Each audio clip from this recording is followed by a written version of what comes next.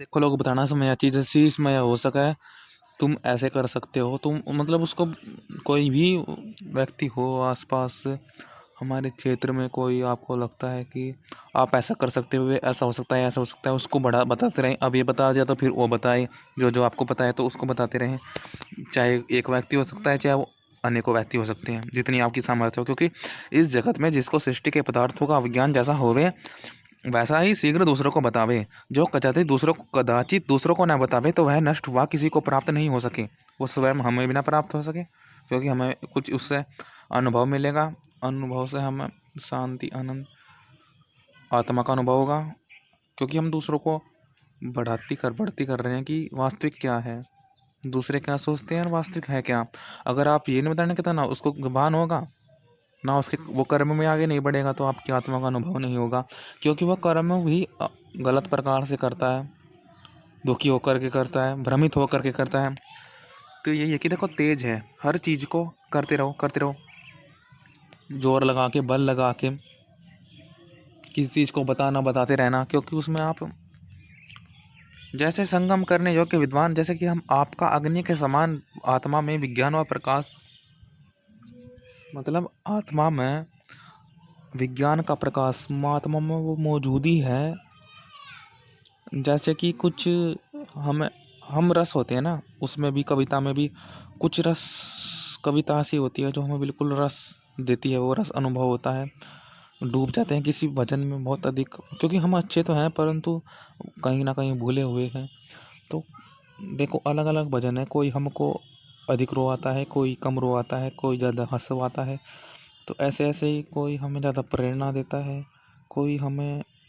प्रीति भाव करता है। तो जितना अधिक गहरी जाएंगे भजनों में, विचारों में, सोचों में, जो चल रहा है उसको स्मरण करेंगे, जो हो रहा है उसको देख करके एनालाइज करते रहेंगे, बताते रहेंगे, और उसको अंदर तक खुद पर आए, ऐसा महसूस करना है खुद पर आ रहा है। जैसे कि कुछ भजन चल रहा है और आपको बहुत शौक, वैराग्य सा प्रतीत हो रहा है, आपको कुछ भक्ति प्रतीत हो रही है वो भजन से, तो वो भक्ति से भक्त को देख करके आप नाचते हैं, जैसे इस्कॉन में। मत, मतलब आप उस में देख रहे हैं कि ये नाच रहे हैं, या कोई भजन चल रहा है, उसमें आपको इतनी प्रीति होगी सुन करके कि हाँ, मैं वो प्रेम, प्रीति भाव, भक्त का अनुभव कर सकता हूँ ईश्वर के प्रति। तो वो आप भी वो ईश्वर का जो जितना प्रेम हम दे सकते हैं उसको अनुभव करके, कि मैं ईश्वर को कितना प्रेम दे सकता हूँ, ईश्वर को कितना प्रेम चाहिए, ईश्वर को हमारा कितना समर्पण चाहिए, ईश्वर को हमारा कितना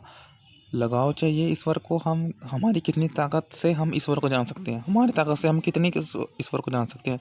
हमारी कितनी ताकत लगेगी, हम कितने, हमारे में कितनी ताकत है कि हम ईश्वर को जान सकते हैं। तो ये जानना है कि, क्योंकि तेज वही है कि दिखाने वाला, कि हमें बहुत प्रकार से हिला हिला, वर्षों का मतलब वर्षों को गिराने वाला, बहुत जलों को बरसाने वाला, मतलब इतना हो कि वो बरस बरस के पानी जैसे कि बादल में इधर उधर हिलते हैं, फिर हिल करके वो हम बताते हैं कि हाँ वर्षा हुई है, कि कुछ चीज़ मिली है। तो वही है कि हाँ, भक्त को देख कर कि हाँ, मेरे में इतना बल है, इतना बल चाहिए ईश्वर को पाने के लिए, ईश्वर की मित्रता के लिए, ईश्वर के भक्त भाव के लिए, इतना मुझको भक्ति भाव चाहिएगा, इतना प्रीति भाव चाहिएगा, इतना प्रेम रस चाहिएगा। तो इतने प्रेम रस प्रीति भाव को हम अनुभव करने लगते हैं, अनुभव करने की कोशिश करते हैं कि हाँ, मैं भी इस जल को, इसको हम बरसाऊं मैं, जैसे कि कोई बरसाता है जल, कि हाँ कुछ ना कुछ तो बरस ही रहा है। हम अंदर जाएंगे इतना ही हमें नए नए भक्ति भाव के रस टपकते हुए अनुभव होते चले जाएंगे कि हाँ, यह वास्तविक रस है। और अधिक गहराई में जाएंगे तो और नए नए रस टपकने, भांति वर्षा की भांति टपकने लग जाएंगे। तो टपकते टपकते फिर हमें महसूस होगा कि हाँ, इतनी भक्ति चाहिए होगी,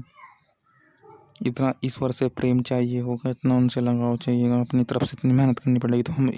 एक रस हो जाएंगे, हम जुड़ भी जाएंगे, हमें पता भी नहीं लगा कि हम ईश्वर से कब जुड़ गए हैं। धीरे धीरे चल करके अनुभव कर करके ओम कि हमें मेरे में हमें कितना बल चाहिए कि ईश्वर से जुड़ने के लिए, मेरा कितना बल लगेगा।